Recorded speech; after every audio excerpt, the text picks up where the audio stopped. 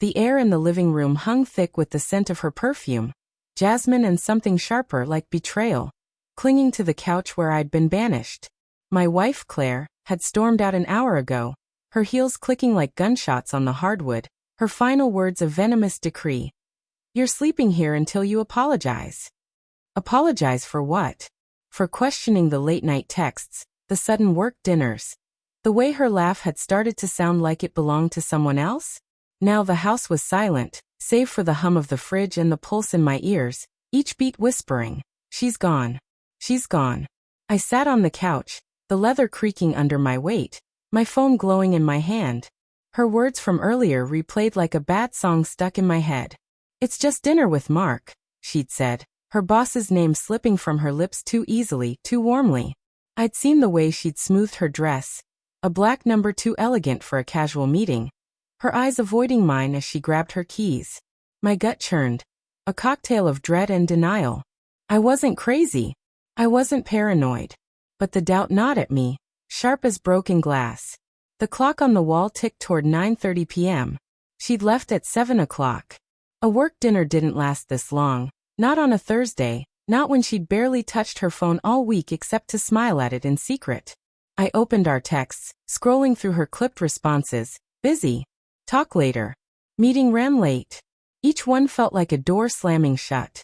My thumb hovered over her number, but pride, or fear, stopped me from calling.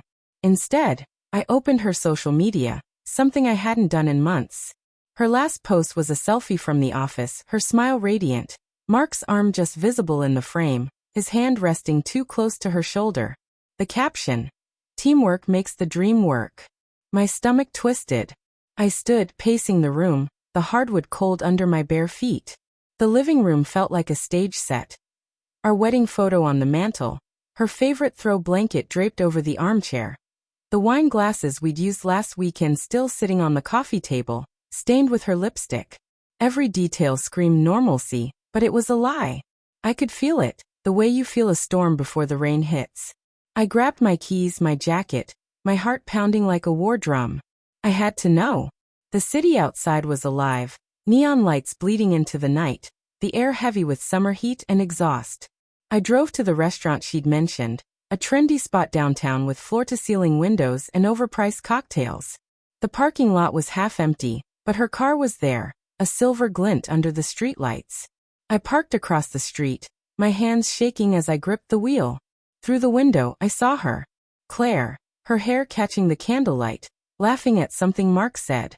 He leaned in, his hand brushing hers, lingering too long. My breath caught, a sharp pain slicing through my chest.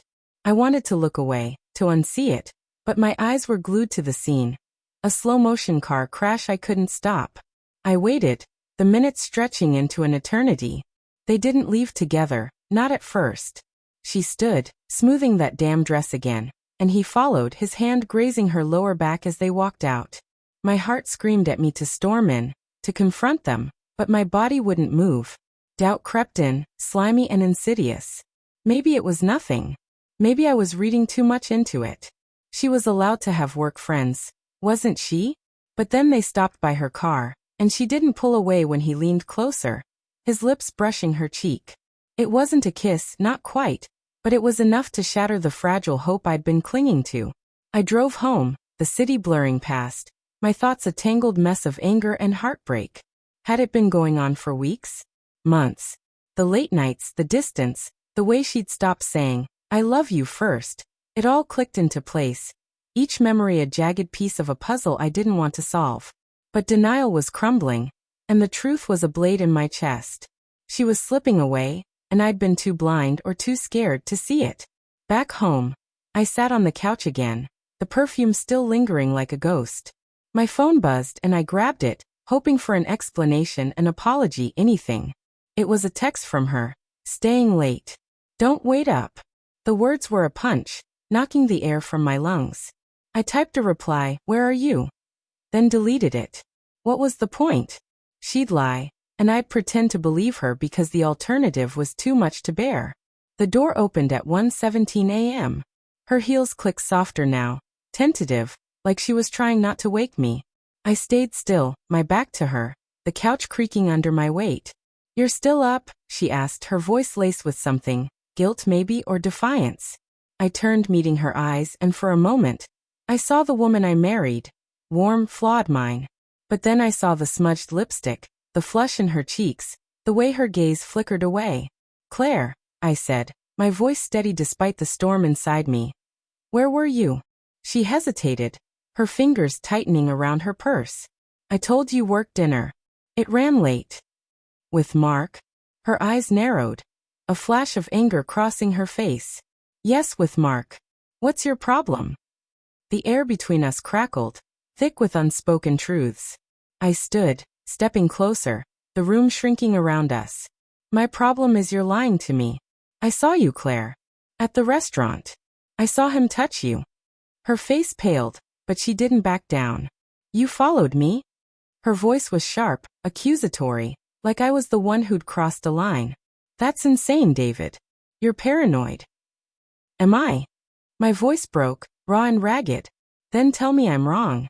Tell me you're not." I couldn't say it, the word too heavy, too final. She looked away, her silence louder than any confession. My chest tightened, the world tilting under my feet. "Claire," I whispered, "why?"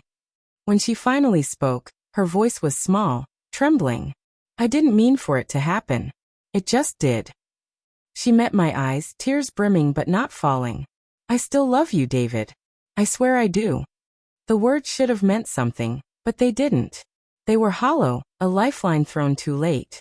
I wanted to scream, to beg, to shake her until the truth poured out, but all I could do was stand there, drowning in the wreckage of us. "Get out," I said, my voice barely a whisper. She froze, her breath hitching.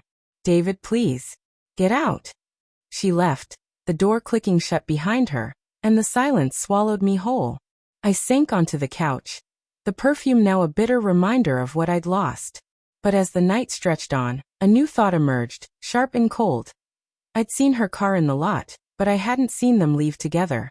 I hadn't seen what happened after that kiss on the cheek. My mind raced, replaying her words, her tears, the way she'd said she loved me. Was it possible I'd misread it? Was there still a chance to salvage us? The next morning, my phone buzzed again. A photo from an unknown number. Claire and Mark, tangled together in a hotel lobby, her dress slipping off her shoulder. The timestamp was 11:43 p.m.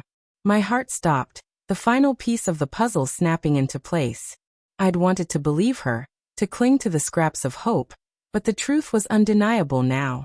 And yet, as I stared at the image, a darker realization hit me.